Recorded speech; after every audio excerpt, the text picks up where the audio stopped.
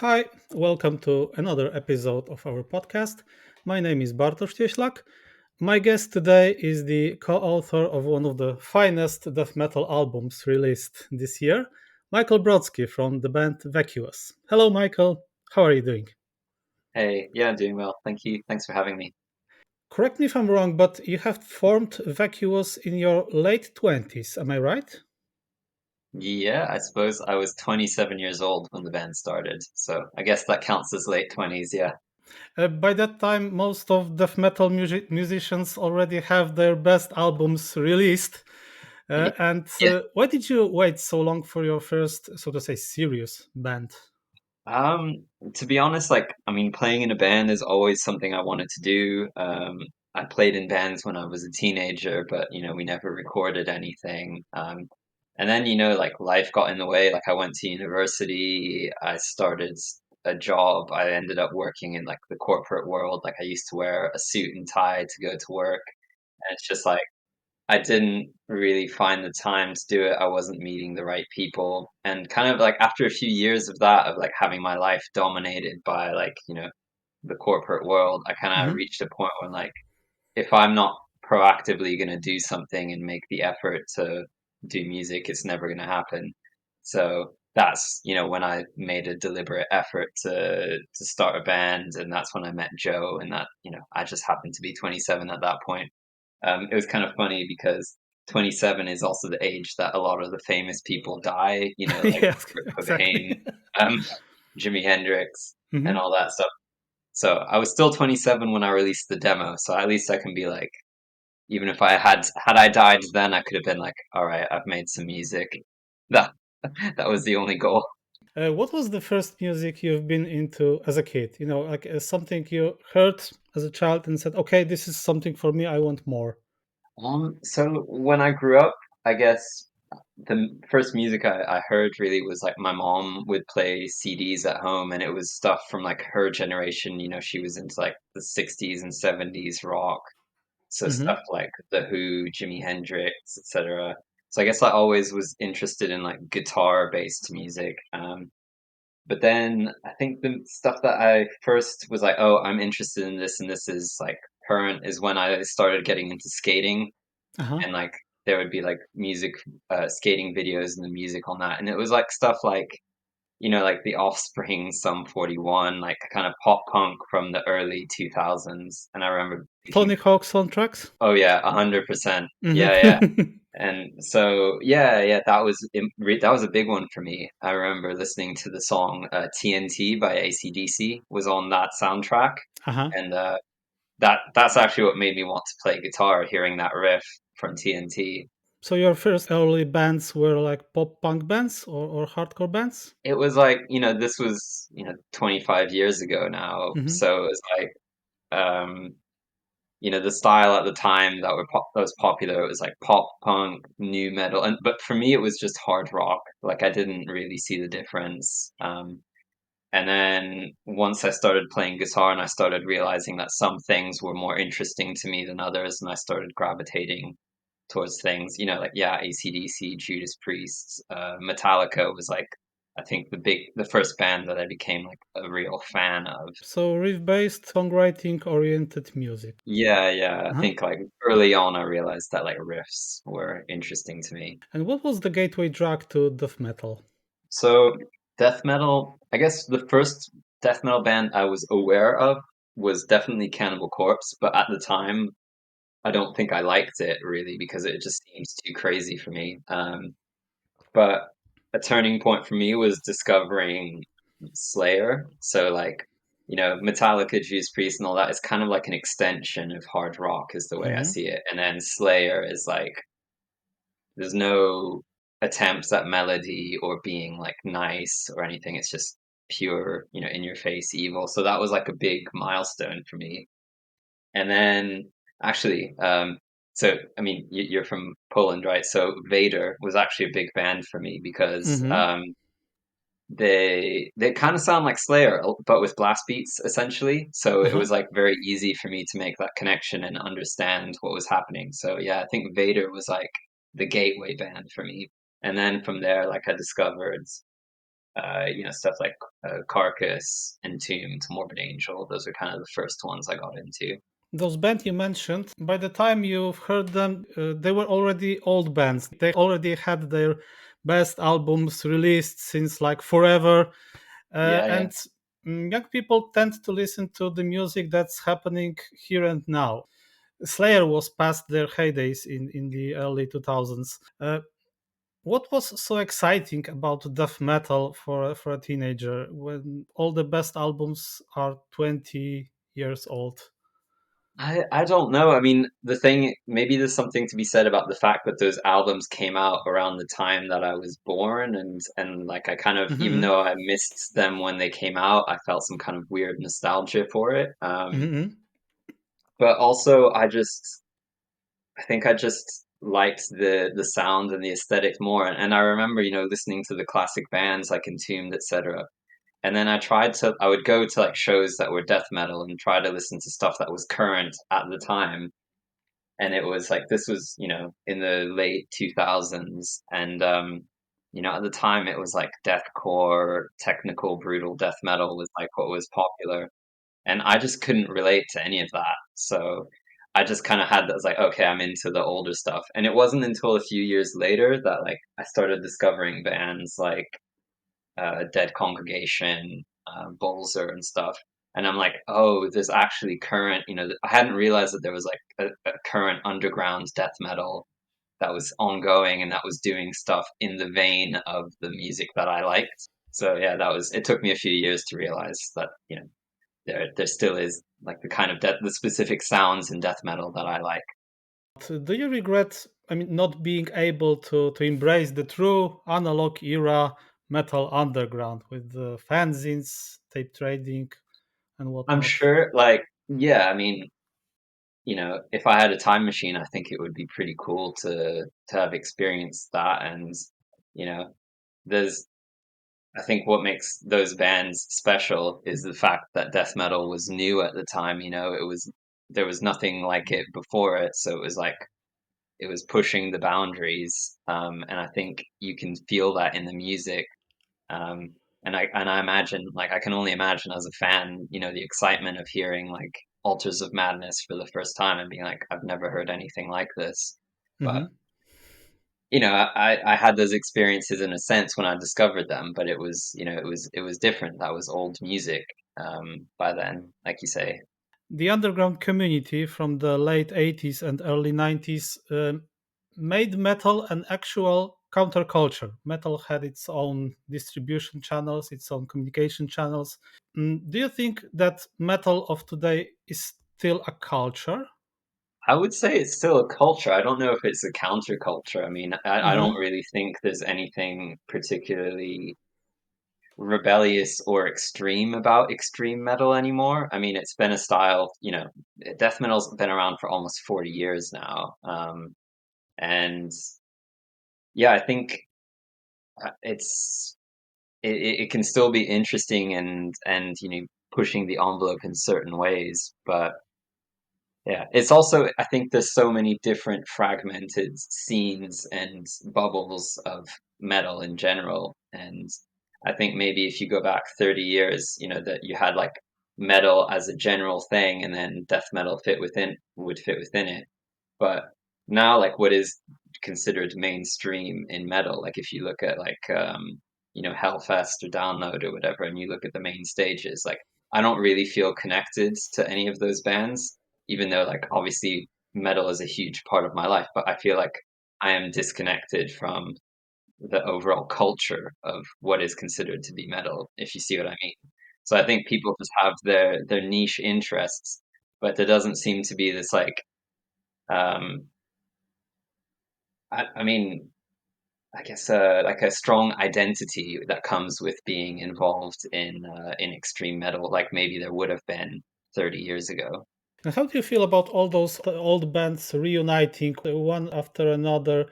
Is it an opportunity for you to actually experience them live, or do you feel like, okay, this is enough, A bit just of stop? both. I think it depends on the band, Uh-huh. and I don't want to speak badly about anyone, but like, yeah, I think this definitely reaches a point where it's better to like leave something in the past and so much, so much of what's cool about underground death metal is kind of that era of like, oh, it's really hard to find, and there's like all this mystique around a band. So sometimes you don't want the band to come back.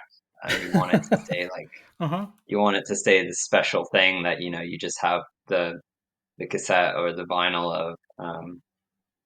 But yeah, like the fact that bands like Obituary and Carcass and stuff are still going, and like I've had the opportunity to see them, like that's great. But I think metal is still a very nostalgic genre, and I think like there's a lot of attention that gets given to these older bands who are kind of in the legacy stage of their career, and it would be nice if like some of that attention could go towards more current bands, and if they could get the same spotlight that those bands got 30 years ago. But I think there's kind of that barrier, the way I see it. People stay stuck with what they knew when they were younger. You mentioned Carcass are still going. I actually remember Carcass reuniting back in like Yeah, 15 years ago, and yeah, by that time I had to do a lot to see them live. I mm, had to travel to another country to a festival to actually see one of my favorite bands reuniting and playing live again. And these days they are just a commodity. They're gonna come yeah. around at some point But in it's here, like, and they did. on the other hand, they're not going to be around forever. So like, I still don't take it for granted when they play. Yeah, like I've seen Carcass like 7 or 8 times, and it's like every time I see them, I'm like, it's great.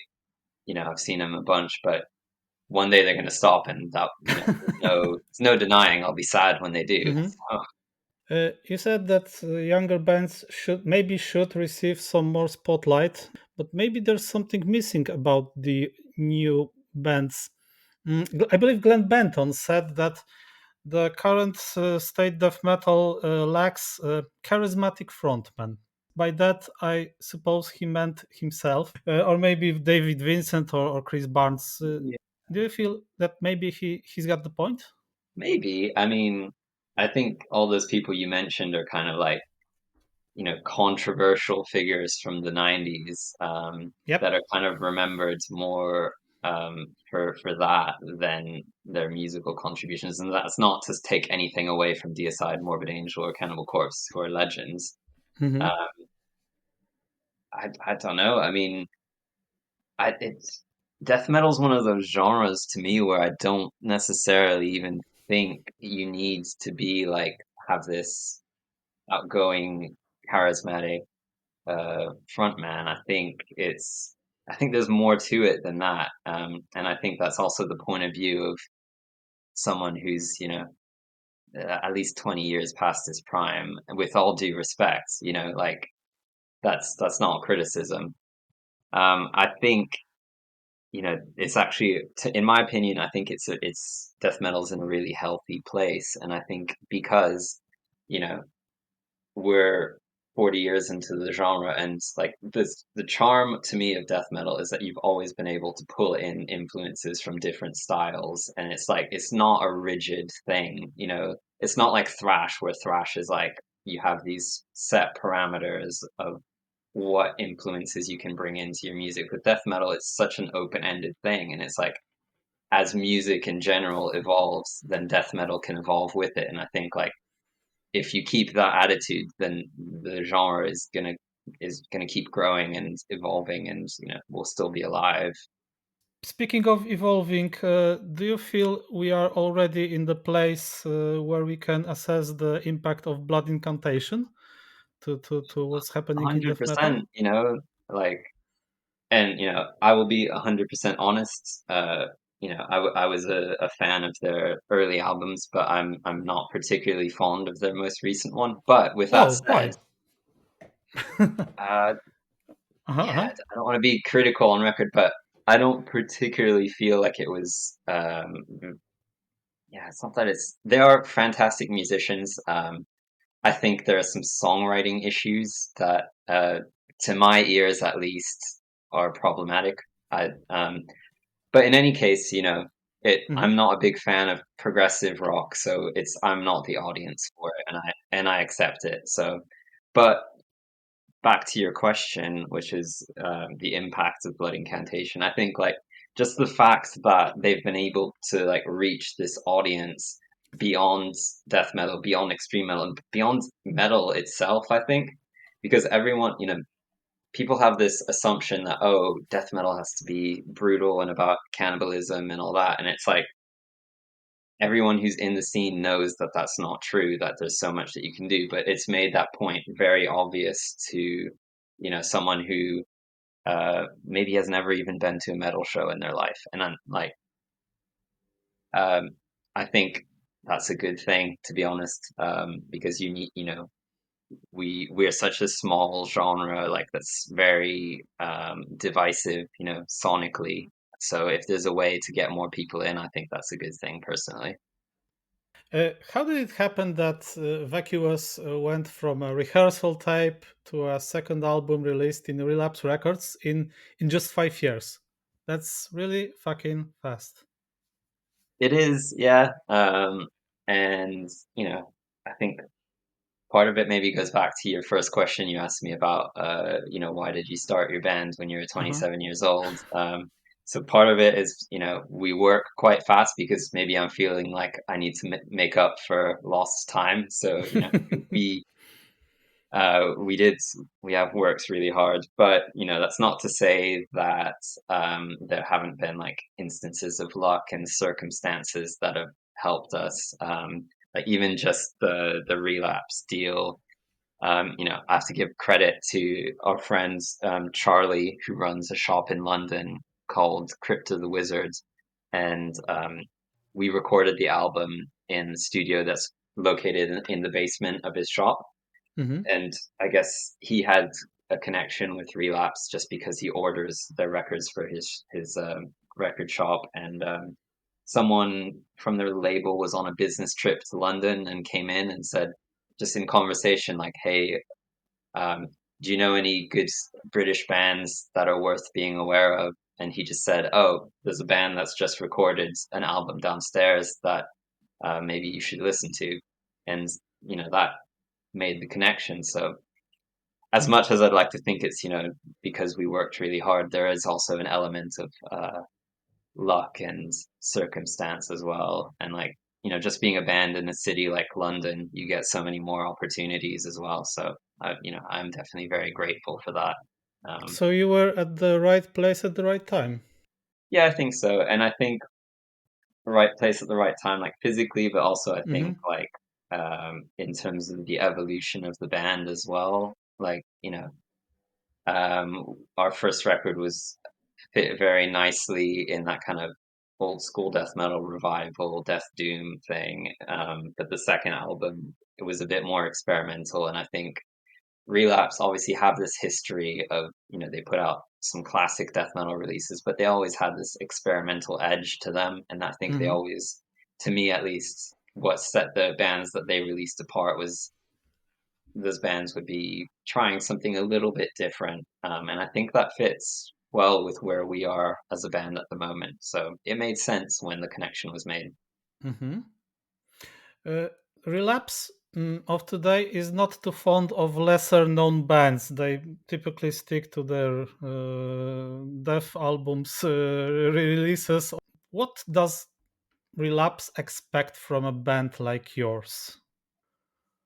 I mean, they've not set any expectations on us. I think Hmm. we feel quite free to do what we want. But to answer your question, I think, if just thinking about it, if I were them, you mentioned they do reissues and bands of projects Yeah. they've already worked with. I mean, that's not necessarily sustainable. You've got to bring in new blood, and you've got to show that as a label you're aware of what is current in the scene. So, I was as surprised as anyone when the opportunity came up. But um, I think they're just expecting us to do our thing and to hopefully be in some way kind of individual with it.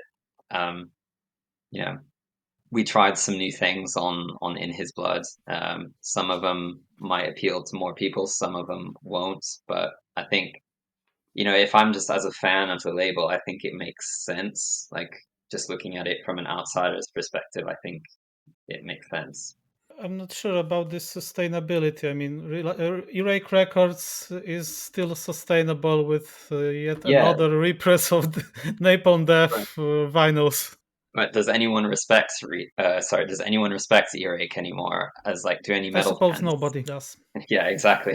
Whereas I think, like I see a Relapse logo on a CD, and maybe this is me just thinking back to when I was a teenager, and I still think like I share this it's like, experience, absolutely. you know, it's going to be interesting. Like, Yeah. so I'll at least check it out. Whereas if I see, Earache on a newer release, it doesn't really mean much to me. Or Century Media, Metal Blade, like it doesn't have the same kind of clout. Like it's, I always felt like Relapse was kind of an artistically curated label more than the other big labels. You said that In His Blood is an experimental album. What do you mean by that? What's experimental about this record? Uh, we didn't like start writing it with the aim of being like this ambitious experimental thing that tries to push boundaries. But um, as the songwriting progressed, I think we just found it interesting to be bringing in more influences from outside of death metal, and just kind of try to make death metal, rather than just pulling from what was done in the past, but like the death metal is the vehicle to express other ideas. So we were pulling from things like post punk, gothic music, hardcore punk, maybe industrial as well, um, and just kind of taking these different songwriting ideas but filtering them through the lens of death metal.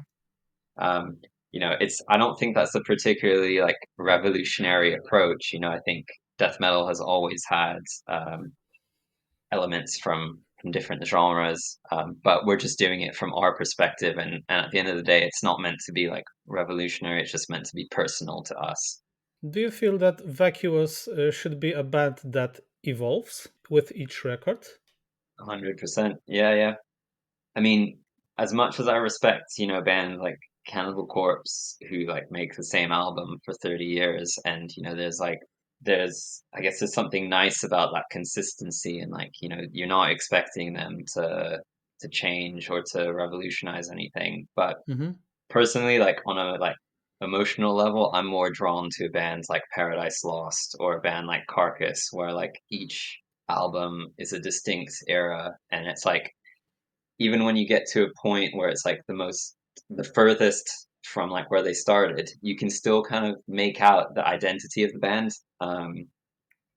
Yeah, and even if a band evolves in a way that I don't particularly care for, that doesn't change my enjoyment of what they've done before, and I usually will at least find it interesting versus something that's just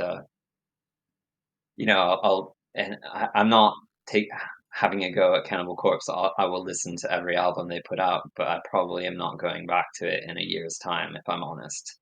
But how important is the death metalness of Vacuous? I mean, can you imagine your band abandoning death metal completely and going into those inspirations you've already mentioned, like post punk or gothic? Like I know Tribulation did after the first album. Yeah. Oh, yeah. That's a great example I think you want to have an evolution and not a change, and it kind of feels like a natural progression. Hmm. But to answer your question, it's hard for me to see a scenario where death metal isn't at least part of the ingredients list. Just because, the five of us have quite different musical backgrounds, and death metal is kind of the glue that holds us together. Um, so yeah, I have a hard time seeing us going in a direction that is where we leave death metal completely. But we will be doing more experimentation, and we'll be bringing in different ideas. Just going off of the stuff that we've written for our third album, but there's still quite a lot of death metal in it. Hmm. Okay, but as a fan of Cannibal Corpse, it is quite possible that you will like every single album of Cannibal Corpse, but it is quite unlikely you actually like every album of Paradise Lost. Yeah, that's true. But then like I can't, when I heard I can't remember what album I heard by Cannibal Corpse for the first time. I think it was Kill, which was like the most recent one at the time. And I remember like listening to that and being like, this is fucking great. And you know, just like the adrenaline rush of feeling that like intensity for the first time. I'm never gonna get that feeling again from listening to one of their new albums, because it's not changed enough and it's like it feels very common. Whereas a band like Paradise Lost, if I go through their discography, there's a commonality in there. You can tell that it's the same people writing the songs, but I'm feeling something different with each release. And yeah, so I think it's like, there is an element of death metal is a very intense genre, and if you overexpose yourself to it, I think you run the risk of it losing its edge. So that's why I think like, looking even within his blood, I think like we have quieter moments in the album, and I think that having that restraint and that diversity, it makes the extreme metal moments seem more aggressive. So it's like that's something that's I don't want us to feel like we're ever like doing extremity just for the sake of it because that's what people expect of us. In another interview, you've mentioned that on In His Blood, you have thrown some specific hardcore records to the mix. Which albums did you have in mind? So I guess when it comes to hardcore, I want to kind of make it clear that we're not trying to like cater to this newer trend of death metal with kind of a hardcore focus, like that's has big mosh parts and Uh, stuff. Frozen I'm Soulcore, I guess. yeah. I'm your words, not mine. But no, we're more like I'm more into like the punkier side of hardcore, and just like 80s things like Black Flag or whatever, and in more modern sense, like I guess Converge has been a big influence on me like for many years, and they're not a typical hardcore band, and they have a lot of metal elements, and the fact that they're just kind of merging their different styles in a way that's like really unique to them, that's always been really inspirational to me. And so yeah, Converge is a big influence on In His Blood. Do you enjoy bands that clearly channel other bands like, I don't know, Cretin, Mausoleum, County Medical Examiners? I get it, um and there are lots of bands that sound just like Autopsy and stuff like that, but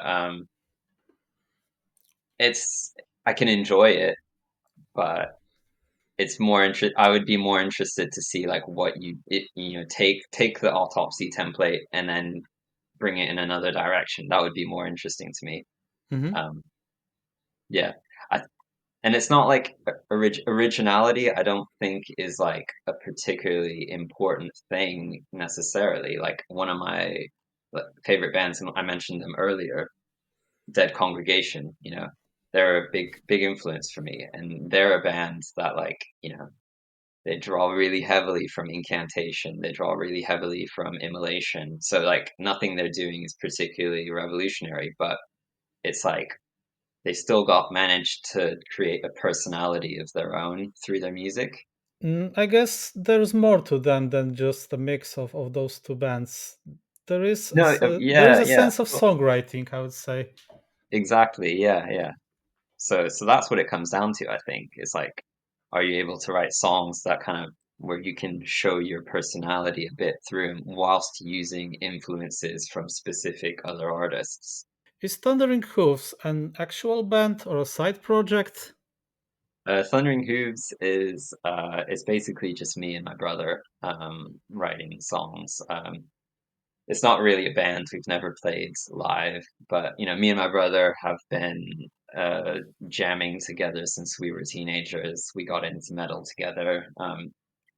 And yeah, we always kind of wanted to do things. And I guess as Vacuous kind of got established and I got a bit more comfortable with songwriting and recording and stuff, and then COVID happened, then, we sort of made it more of an actual project, and we recorded some albums.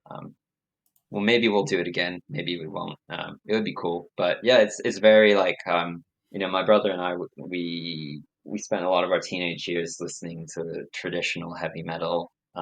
Judas Priest, Iron Maiden, Dio, etc. And so like it's kind of like that stuff, but mixed with extreme metal. Michael, thank you for your time. I'll be seeing you in September during the Summer Day Cloud Festival. Yeah, yeah, sounds good. Yeah, yeah. We'll just grab a beer then when we're there. So again, thank you and bye.